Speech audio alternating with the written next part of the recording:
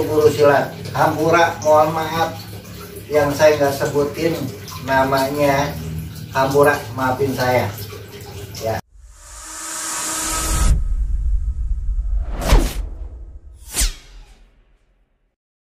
Assalamualaikum warahmatullahi wabarakatuh. Waalaikumsalam warahmatullahi wabarakatuh.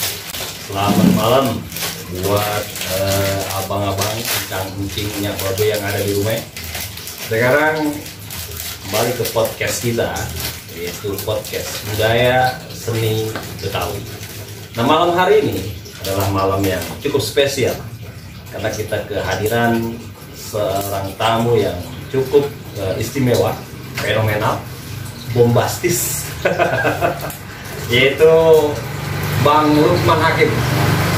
Kalau kita sapa, seringkali kita menyapanya Mang Lulu. Nah, sekarang beliau hadir di tengah-tengah kita untuk memberikan informasi, untuk memberikan semacam pencerahan buat kita di teman-teman Betawi. Assalamualaikum, Mang. Waalaikumsalam. Begini, Mang, gimana kabarnya, Mang? Kita manggilnya Mamang aja ya. Kabar baik. Kebetulan Mang Lulu ini beliau hadir di beberapa, baik itu organisasi tingkat daerah, organisasi nasional, dan organisasi budaya. Ya, salah satunya adalah beliau aktif di Forkabi, khususnya Forkabi Kota Depok. Juga aktif di IPSI, Ikatan Pencaksilat Seluruh Indonesia, untuk di Depok, juga di PPSI. Selain itu juga di GSI, SGI ya? SGI. SGI itu apa, Mang? Ini Gulak Indonesia. Selain itu apa lagi, Mang? Forkabi, SGI, IPSI, PPSI, ada juga apa lagi, Mang? Di situ ada Asrabi. Nah, Apa tuh Asrabi? kebetulan Asrabi itu saya sebagai pengurus Asrabi Kota Depok. Nah, Asrabi itu Asosiasi Silat Tradisi Betawi Indonesia.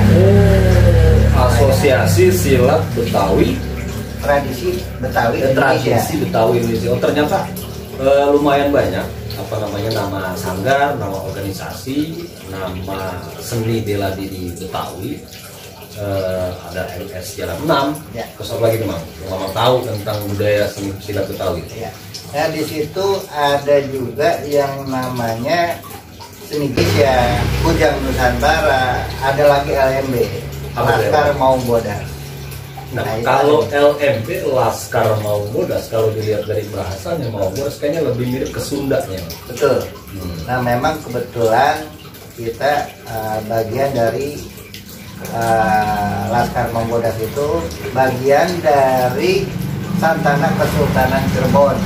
Oh, yang Mamang ketahui nih, tokoh-tokoh Betawi yang melestarikan adat, seni, budaya, pencaksilat Betawi siapa aja, Mang? Di seluruh, kalau tidak bisa dikatakan Indonesia, barangkali kan suku adat Betawi kan nggak seluruh Indonesia ada.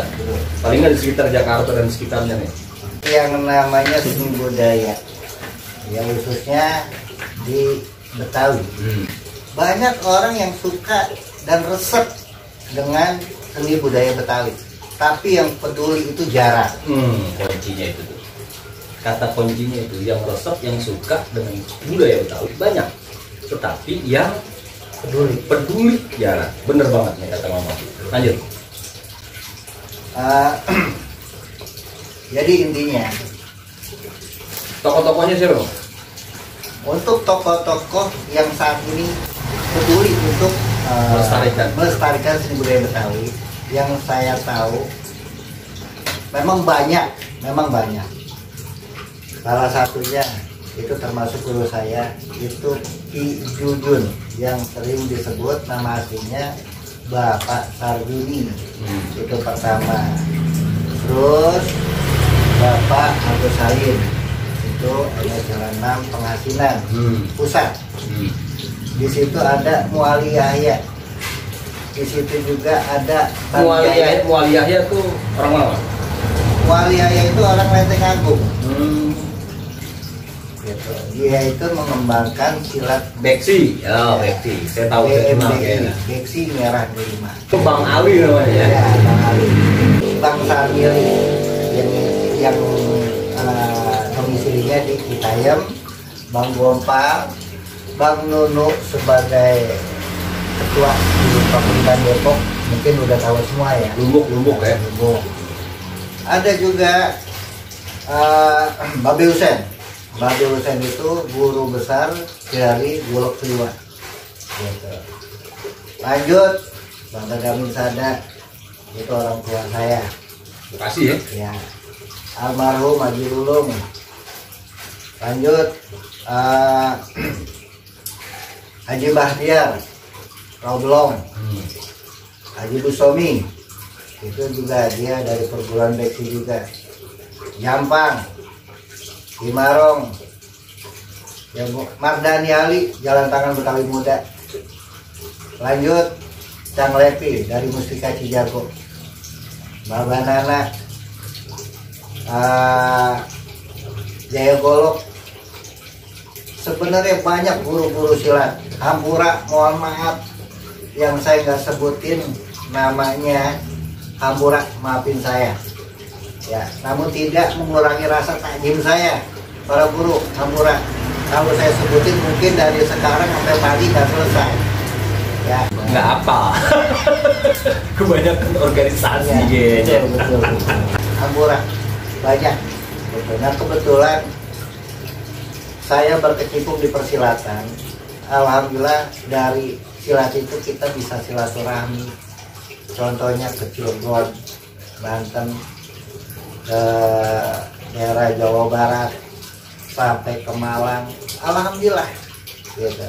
Kita disambut meriah di sana, dihargai banget. Itulah budaya gitu. Banyak yang suka dan senang budaya Betawi, tapi yang peduli itu sedikit. Mudah-mudahan kita orang yang senang dan peduli sama budaya Betawi. Amin. Salah satunya konten ini nih yang kita coba untuk bagaimana bisa melestarikan budaya, selain juga melestarikan resep, tapi juga kita juga peduli sama budaya Betawi. Jadi begini Bang, langsung baik dah. Dalam beberapa tahun belakangan ini kita seringkali mendengar organisasi-organisasi kesukuan atau organisasi-organisasi daerah di luar daripada organisasi-organisasi nasional. Salah satunya adalah organisasi yang berbasis Betawi, karena kan organisasi yang berbasis Betawi itu lumayan banyak. Kita mungkin mengenal Forkabi, kita mengenal FBR, kita mengenal Bamus Betawi, kita mengenal KMB, dan lain-lain lah yang konteksnya adalah kaitannya dengan budaya Betawi. Nah, dalam hal ini kehadiran organisasi ini menurut Mang Lulu, organisasi yang bersifat kesukuan, menurut Mang Lulu itu penting atau tidak? Penting. Karena kenapa? Karena Betawi yang menyangkut dengan kesukuan itu mempunyai nilai sejarah. Dan sejarah itu tidak bisa kita lupakan. Karena besarnya negara ini memerlukan sejarah. Jadi yang menyangkut dengan kebetawian banyak yang harus kita pelajari. Ya salah satunya seni budaya. Weh, ada pantun itu saat. Gimana? Jadi nggak banyak. Jagorawi jalannya lurus. Cakep. Mangga langsung dibawa pulang. Cakep. Orang Betawi punya banyak jurus. Harus kita jaga, jangan sampai pada hilang. Emang kalau kita bicara budaya Betawi, nggak lepas dari namanya pantun. Saya juga punya pantun, Bang. Baru nemu nih, tadi lupa. Makan kacang, dalamnya biji.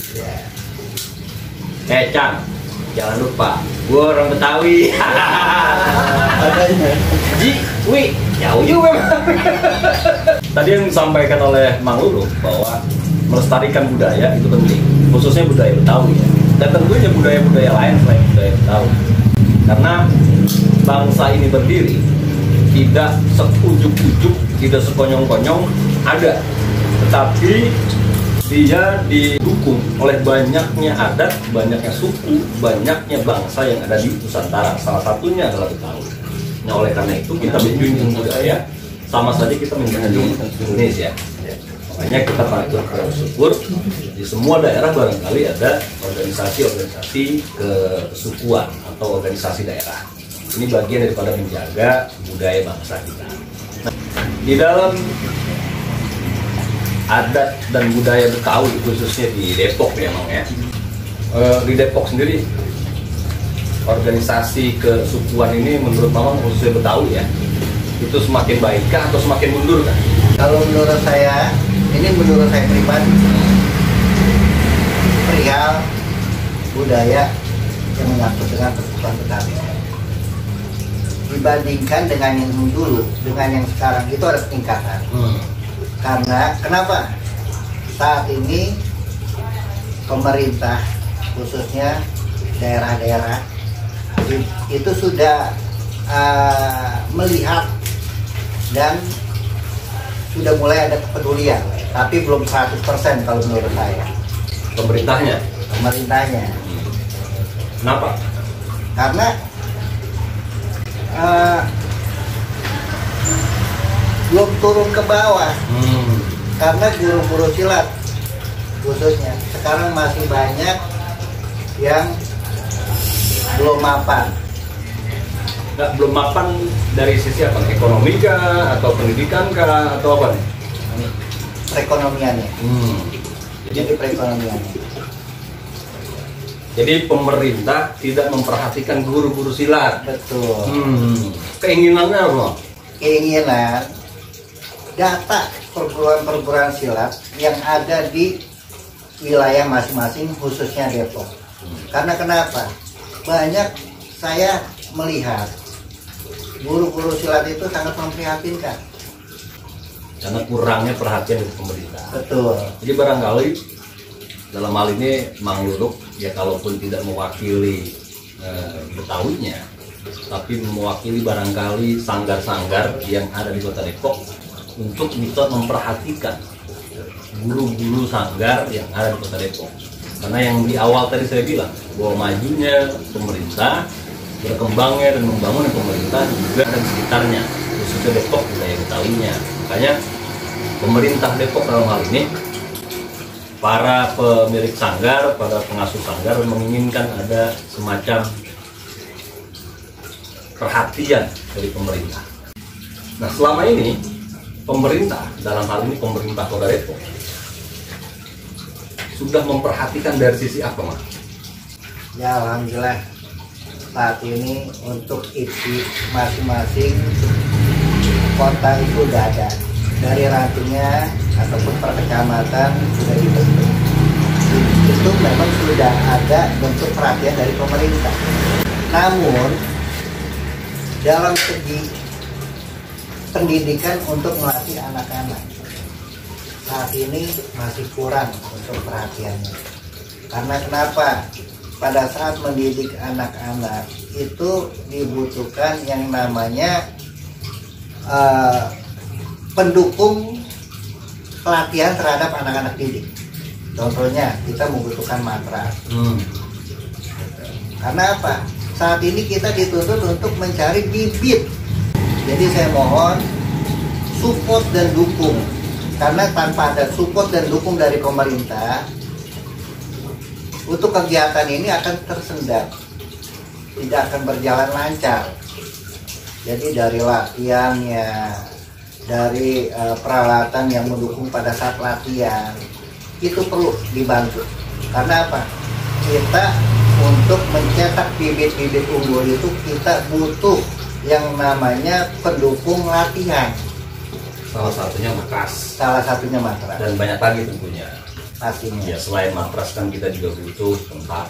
Ya kan? Kita butuh tadi alat-alat latihan dan sebagainya. Jadi selain Bang Luruk ini aktif di organisasi, beliau juga merupakan guru sanggar. Yang pasti bukan sanggar tari, tapi sanggar silat. Nah, beliau ini mengaplikasikan ilmu bela dirinya itu bukan hanya untuk sendiri, tapi juga untuk orang lain. Dan informasinya sudah banyak yang dicetak Bang Luruk ini untuk guru-guru pencak silat di beberapa wilayah. Sudah ada beberapa wilayah, Bang? Ya, apa aja Bang? Di mana aja Bang? Beji, Pondok Sukmajaya. Terus ya di sini. Nama sanggarnya apa, Bang?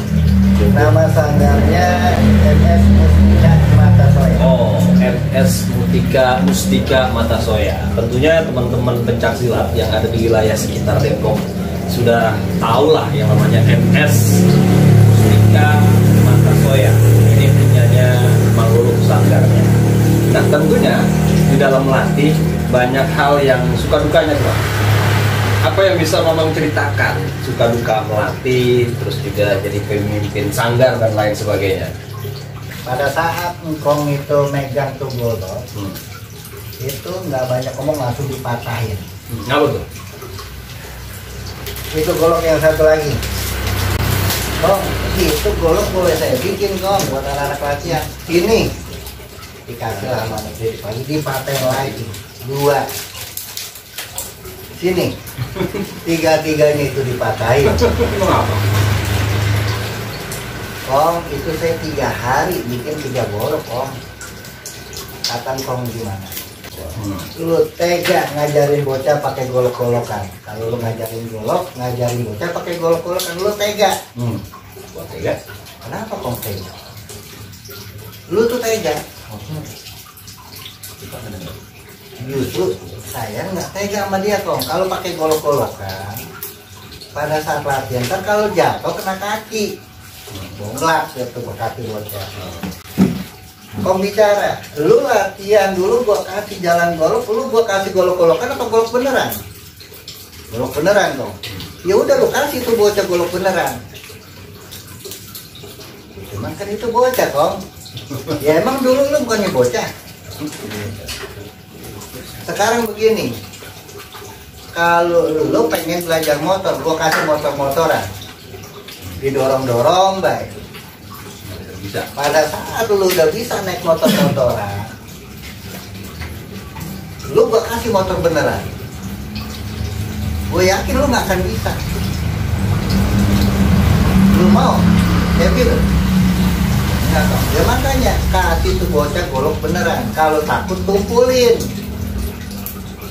Kalau kena mah wajar. Ya.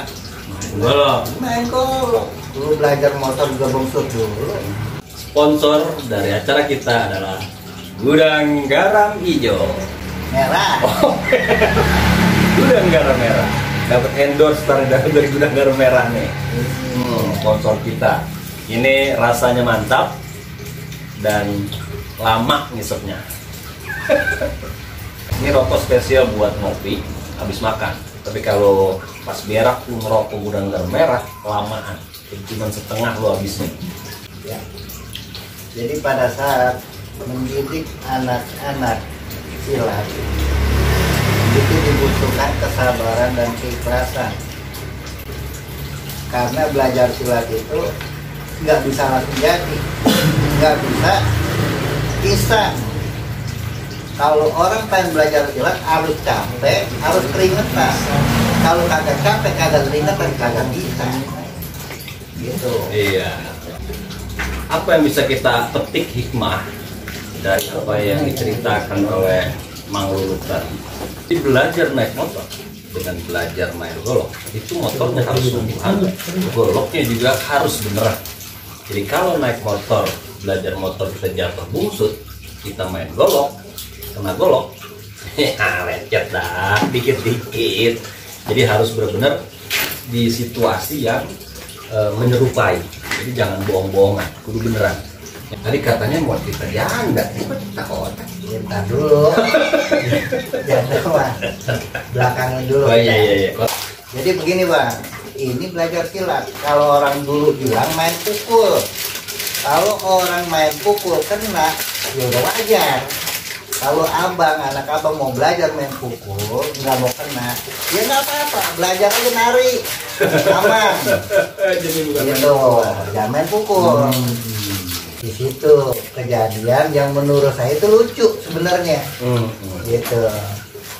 Tapi nggak pada tawa. Iya, cerita aja saya serius. Jadi logat itu memang apa? Ya kita jaga image lah. Gitu. Karena karena ini tentang Betawi itu sebenarnya cablak. Jadi ceplas-ceplos. Jadi keluarkan gaya Betawinya, yang gaya Indonesianya, gaya Betawinya ceplas-ceplos. Gitu. Sebenarnya banyak yang bakalan kita singgung, yang bakalan kita kulik tentang budaya Betawi, budaya seni bela dirinya. Tapi nanti kita akan lanjutkan di part yang kedua. Karena malam hari ini kebetulan Bang Luluk ada panggilan ke Singapura. Jadi pagi ini dia harus berangkat, mudah-mudahan nggak ketinggalan pesawat. Jadi dia dipanggil sama perguruan silat yang ada di Singapura. Namanya siapa ya, Mak? Mamung siapa sih Mamung? Kong Kodon. Abang Kodon. Iya. Bang Kodon.